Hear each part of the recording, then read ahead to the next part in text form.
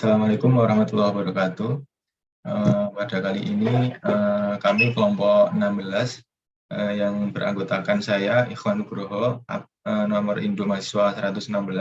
Dan saya Prasetyo Ariwibowo dengan nomor induk mahasiswa 122-2062. Di sini kami akan mempresentasikan hasil kerja diskusi kelompok kami, yaitu tentang kesehatan dan keselamatan kerja di PT Freeport Indonesia yang terletak di Mimika, Papua. Oke, lanjut. Ya, masuk di gambaran umum. Gambaran umum perusahaan PT Freeport Indonesia atau sering disingkat PT FI sekarang merupakan perusahaan afiliasi dari Freeport-McMoRan atau FCX dan Mining Industry Indonesia atau MIND. Dua afiliasi ini yaitu FCX yaitu perusahaan publik di bidang tembaga yang terbesar di dunia, berasal dari Arizona, Amerika Serikat. Kemudian satu lagi yaitu MIND, yaitu holding industri atau perusahaan induk pertambangan Indonesia, yang mana sesuai dengan namanya berasal dari Indonesia. Kemudian PT FI ini menambang dan memproses, kemudian melakukan eksplorasi terhadap biji yang mengandung tembaga, emas, dan perak. PT FI ini beroperasi di daerah dataran tinggi di Kabupaten Mimika, Provinsi Papua, Indonesia, yang di area penambangannya disebut area Grasberg. Setelah itu, PT FI memasarkan konsentrat yang mengandung tembaga, emas, dan perak ke seluruh penjuru dunia. Oke, next. Oke, kemudian masuk yang kedua yaitu tentang visi dan misi perusahaan. Tentu dari setiap perusahaan memiliki visi dan misi. Untuk visi sendiri yaitu tentang sesuatu yang ingin dicapai di masa depan. Kemudian untuk misi yaitu cara untuk mencapai misi itu sendiri, untuk mencapai visi itu sendiri. Visi dari PT Freeport Indonesia yaitu menjadi perusahaan tambang kelas dunia yang menciptakan nilai-nilai unggul dan menjadi kebanggaan bagi seluruh pemangku kepentingan, termasuk karyawan, masyarakat, dan bangsa. Kemudian untuk misi dari PT Freeport Indonesia yaitu berkomitmen untuk secara kreatif mentransformasikan sumber daya alam menjadi kesejahteraan dan pembangunan yang berkelanjutan melalui praktek-praktek pertambangan terbaik dengan memprioritaskan kesejahteraan dan ketentraman karyawan dan masyarakat, pengembangan sumber daya manusia atau SDM, tanggung jawab sosial dan lingkungan hidup, serta keselamatan dan kesehatan kerja. Oke, selanjutnya masuk ke proses produksi perusahaan. Proses produksi dari PT Freeport Indonesia yang pertama yaitu penambangan terbuka dan bawah tanah yaitu di area Grasberg. Kemudian masuk yang kedua yaitu penghancuran biji. Masuk yang ketiga yaitu flotasi. Flotasi yaitu proses pengapungan untuk memisahkan zat. Proses flotasi ini untuk menghasilkan konsentrat. Kemudian yang terakhir yaitu pengeringan dan penyimpanan dari konsentrat sebelum dikapalkan untuk didistribusikan ke seluruh dunia. Untuk kemudian akan dilanjutkan oleh Saudara Pras. Poin ketiga adalah kecelakaan akibat kerja. Di sini kami mengutip dari dua definisi dari WHO dan juga para ahli yang diwakili oleh Semakmur. Di sini poin dari WHO adalah kejadian secara tiba-tiba yang tidak diinginkan, tidak dikehendaki, dan tidak diduga semulanya yang dapat menimbulkan korban jiwa, lalu harta benda seperti kematian, luka-luka, harta benda, bahan, atau bahkan kerugian waktu. Sedangkan menurut Semakmur, hubungan kerja yang dimaksud dari definisinya adalah kecelakaan yang terjadi akibat karena pekerjaan atau pada waktu melaksanakan pekerjaan tersebut. Selanjutnya adalah teori kecelakaan kerja. Teori kecelakaan kerja ini terbagi menjadi 3 secara umum. Yang pertama ada teori domino. Teori domino ini diinisiasi oleh insinyur keselamatan bernama W.H. Hendrich, atau yang dia mengklasifikasikan menjadi 5 kategori. Yang pertama adalah kondisi kerja yang mencakup latar belakang seseorang seperti sifat seseorang, keras kepala, dan sebagainya. Kedua, kelalaian manusia. Di sini merupakan kesalahan manusia, contohnya seperti motivasi rendah, stres, konflik dengan keluarga, dan sebagainya. Ketiga, ada tindakan tidak aman. Tindakan tidak aman di sini memiliki 2 maksud, artinya sikap atau perilaku pekerjaan yang membuat pekerjaan itu tidak aman, contohnya tidak mematuhi prosedur dengan benar, kecerobohan, dan sebagainya. Sedangkan yang kedua yaitu kondisinya tidak aman, contohnya pencahayaan yang tidak baik, lalu tidak ada rambu-rambu keselamatan kerja, dan sebagainya. Kategori keempat adalah kecelakaan. Kecelakaan kerja di sini maksudnya adalah seperti terpeleset, luka bakar, tertimpa benda di tempat kerja, dan sebagainya. Dan yang terakhir adalah kategori cedera atau dampak kerugian bisa berupa cedera, cacat, atau bahkan meninggal dunia. Nah, dari kelima faktor ini, menurut Heinrich, kuncinya adalah kunci menjaga kecelakaan, kunci mencegah dalam melakukan pencegahan kecelakaan kerja adalah menghilangkan sikap dan kondisi tindakan yang tidak aman. Kenapa? Karena ini merupakan penyebab terbesar dari kecelakaan kerja. Dia menganalogikan dalam analogi efek domino, yaitu terdiri dari 5 buah kartu. Jadi jika kartu ketiga tidak ada lagi, maka seandainya kartu ke-1 dan kedua jatuh, maka ini tidak akan menyebabkan jatuhnya semua kartu. Karena adanya gap atau jarak dari kartu kedua dan kartu keempat, sehingga kartu kedua jatuh, maka kartu keempat dan kelima tidak akan jatuh atau otomatis dapat dicegah, seperti itu. Teori yang kedua adalah teori Feinberg-Peterson dan Loftus. Teori ini merupakan penyempurnaan dari teori sebelumnya.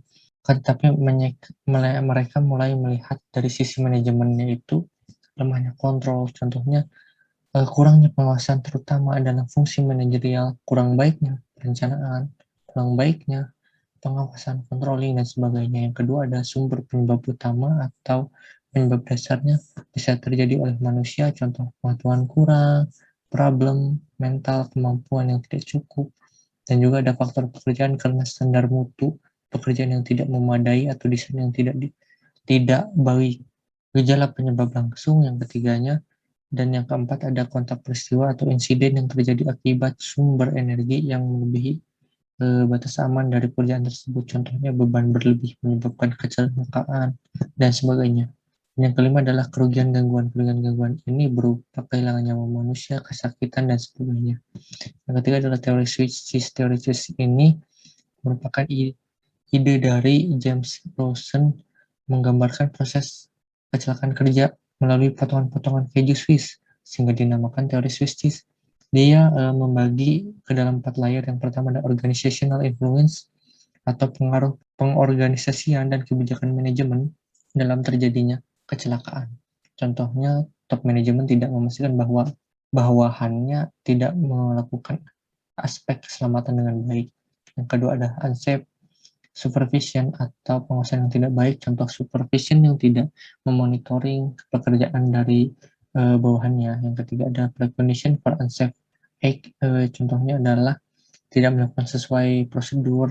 Yang terakhir adalah perilaku atau tindakan tidak aman yang dilakukan berhubungan langsung dengan kecelakaan kerja. Contohnya pekerja tahu bahwa alat itu sudah tidak layak, tetapi tetap dipaksakan untuk dipakai sehingga terjadi kecelakaan. Masuk ke kasus kecelakaan kerja. Di sini faktor dari kasus kecelakaan kerja ini bermacam-macam, mulai dari faktor alam, teknis, dan non-teknis. Yang pertama adalah faktor alam. Ini biasanya terjadi akibat kecelakaan akibat cuaca dan lingkungan. Contohnya pada gambar di sini adalah tabrakan antara mobil pengawas dengan mini truk di sebuah lokasi pertambangan akibat kabut tebal yang terjadi pada lokasi. Yang kedua ada faktor teknis. Ini merupakan biasanya terjadi akibat kegagalan mekanis.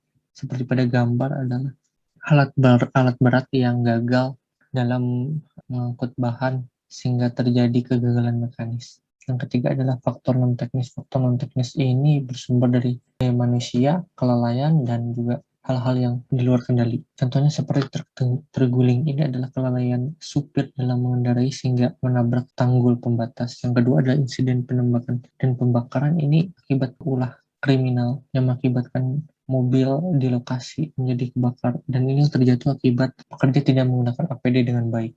Nah, lanjut ke penanggulangan dari kecelakaan akibat kerja tersebut. PT Freeport menerapkan beberapa SOP di PT Freeport. Contohnya adalah melakukan sesuai dengan peraturan undang-undang, melakukan pemantauan atas sertifikasi, memastikan bahwa kebijakan ketiga selalu dipantau dan diperbaharui. Lalu kedua ada peraturan PT Freeport tentang keselamatan kerja. yaitu contohnya memiliki lisensi dan sudah mengikuti pelatihan untuk mengoperasikan peralatan dengan benar. Yang ketiga adalah implementasi perlindungan keselamatan kesehatan kerja. Di sini contohnya privat memberikan perlindungan sekaligus mencegah terjadinya sengketa antara pekerja dengan perusahaan. Yang keempat ada perlindungan hukum. Di sini contohnya PT Freeport memberikan proteksi berupa BPJS, mulai dari pelayanan, pemberian, santunan berbentuk uang, dan sebagainya. Yang terakhir adalah kaidah pertamanan yang baik dan pengawasan pertambangan mineral dan batu bara. Di sini tujuannya adalah mencegah kecelakaan tambang, penyakit akibat kerja, dan meningkatkan efektivitas keselamatan kesehatan kerja. Lanjut ke poin penyakit akibat kerja. Di sini terdapat dua definisi yang dikutip. Nah, dari dua definisi tersebut, jadi intinya kita tarik adalah setiap penyakit yang disebabkan oleh pekerjaan atau lingkungan kerja, baik itu penyakit yang timbul dari akibat aktivitas kerja maupun akibat lingkungan yang ada di sekitar. Misalnya, pekerja konstruksi berisiko lebih tinggi mengalami gangguan kebisingan karena lingkungan pekerjaan yang sangat bising.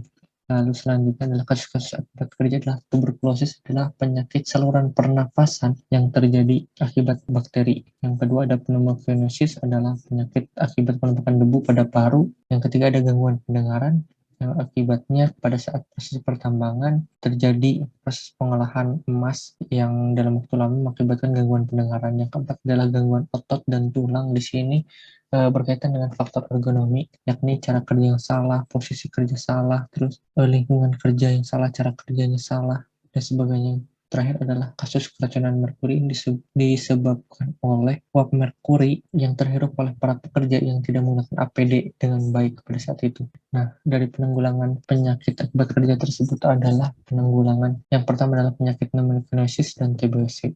Yang pertama adalah mengendalikan paparan debu lingkungan kerja dengan cara memastikan ventilasi dalam tambang harus baik atau menyemprot jalan permukaan yang akan ditambang menggunakan air sehingga mengurangi risiko paparan debu silika. Lalu kedua ada pemeriksaan kesehatan secara rutin, lalu mengurangi konsumsi rokok karena untuk mencegah semakin parahnya paru-paru.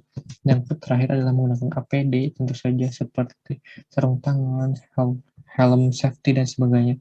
Yang kedua adalah kasus penggunaan penanggulangan keracunan merkuri. Yang pertama adalah menggunakan APD, lalu dilanjutkan tidak menggunakan logam merkuri saat bekerja karena akumulasi logam merkuri ini sangat berpotensi untuk membahayakan pada kesehatan pekerja. Yang ketiga adalah memisahkan emas dari merkuri di ruang terbuka. Hal ini terjadi untuk mengurangi banyaknya asap yang menempel pada tubuh dan diserap oleh tubuh lainnya oleh pekerja lainnya. Kasus yang berikutnya adalah penanggulangan gangguan kebisingan dengan cara memindahkan para pekerja ke tempat yang jauh dari lokasi kebisingan. Kedua adalah pengendalian rekayasa engineering. Di sini maksudnya adalah penggantian alat yang memiliki risiko tinggi, kebisingan yang tinggi ke alat yang memiliki risiko kebisingan rendah. Yang terakhir adalah pengendalian administratif. Pengendalian administratif di sini adalah pengaturan waktu sehingga waktu bekerja para pekerja masih di ambang batas normal. Yang keempat adalah penanggulangan gangguan otot dan tulang. Di sini dengan cara kerja duduk dan juga kerja berdiri. Di sini maksudnya menyesuaikan dengan spesifikasi kursi dan juga mengombinasi berdiri, duduk, dan berjalan pada saat bekerja untuk menghindari gangguan otot. Dan yang terakhir adalah mencegah cedera akibat material handling manual, maksudnya dengan cara menggunakan mesin pada saat pengangkatan beban atau memindahkan beban yang cukup berat. Oke, kemudian yang selanjutnya yaitu analisis resiko. Analisis risiko ini didefinisikan menjadi dua, yaitu secara umum dan secara berdasarkan ahli. Untuk yang secara umum, yaitu analisis risiko memiliki arti metode untuk mengukur dan mengidentifikasi variabel yang bisa mengancam atau mencederai sebuah kesuksesan sebuah acara, proyek, rencana, program, maupun bisnis dalam meraih tujuan. Sedangkan berdasarkan ahli yaitu Albahar dan Crandall, analisis risiko memiliki arti sebuah proses yang menggabungkan ketidakpastian dalam bentuk kuantitatif menggunakan teori probabilitas untuk mengevaluasi dampak potensial suatu risiko. Oke, selanjutnya. Kemudian analisis risiko di PT Freeport Indonesia. Jadi untuk analisis risiko pada PT Freeport ada dibedakan berdasarkan tingkat risiko awalnya. Jadi tingkat risiko awal ini dibedakan menjadi 3, yaitu ada yang rendah, sedang, dan tinggi. Berikut ini saya berikan contoh 3 berdasarkan tingkat risiko awalnya. Yang pertama yaitu runtuhnya bebatuan pada daerah penambangan, yaitu memiliki tingkat risiko awal yang tinggi. Kemudian yang kedua yaitu jalan pengangkutan bergelombang menyebabkan dump truck terbalik, itu memiliki tingkat risiko awal sedang. Kemudian yang ketiga yaitu muatan dump truck melebihi kapasitas pada jalan menanjak, memiliki tingkat risiko awal rendah. Kemudian selanjutnya, untuk mengendalikan analisis risiko tersebut, kita membutuhkan pengendalian risiko.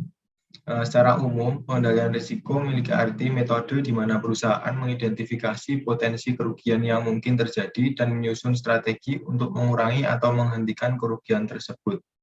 Pengendalian risiko ini memiliki tujuan, yaitu yang pertama memungkinkan perusahaan memperoleh risiko kerugian yang minimum. Yang kedua, meminimalkan terjadinya kecelakaan yang dapat membahayakan keselamatan bersama. Dan yang ketiga, yaitu meminimalkan pengaruh-pengaruh negatif yang nantinya dapat mengubah keadaan lingkungan sekitar. Kemudian selanjutnya, pengendalian risiko di PT Freeport Indonesia. Untuk mengatasi risiko yang ada pada analisis risiko sebelumnya, dilakukan pengendalian. Karena dengan diharapkan, dengan adanya pengendalian risiko ini, tingkat risiko awal menjadi rendah pada tingkat risiko akhir.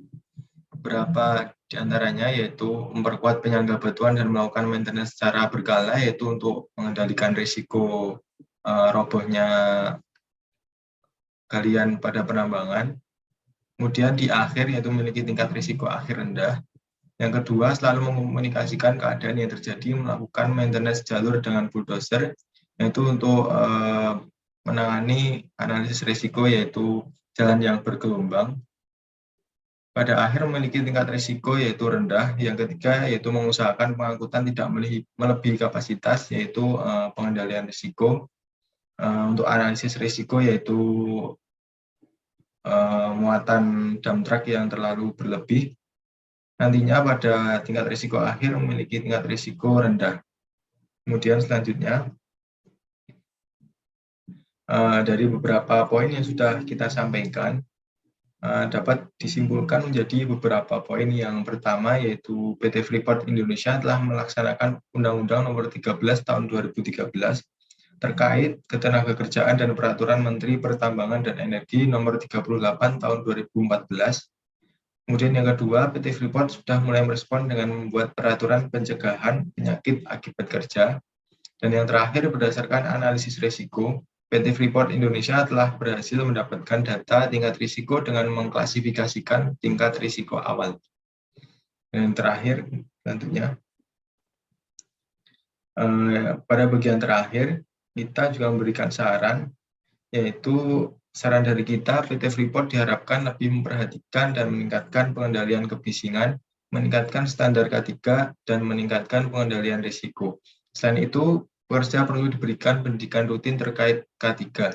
Di sisi lain, pemerintah daerah atau pemerintah pusat perlu melakukan fitasi atau kunjungan dan screening atau verifikasi pada pekerja rutin terhadap para pekerja. Karena kita juga berharap dengan diperhatikannya hal yang sudah disebutkan tadi akan menurunkan tingkat risiko dan meningkatkan rasa aman dari setiap elemen perusahaan, dan kerugian dapat ditekan serendah mungkin. Baik, sekian dari penyampaian kelompok tadi. Apabila ada kurangnya mohon maaf. Wassalamualaikum warahmatullahi wabarakatuh. Warahmatullahi wabarakatuh.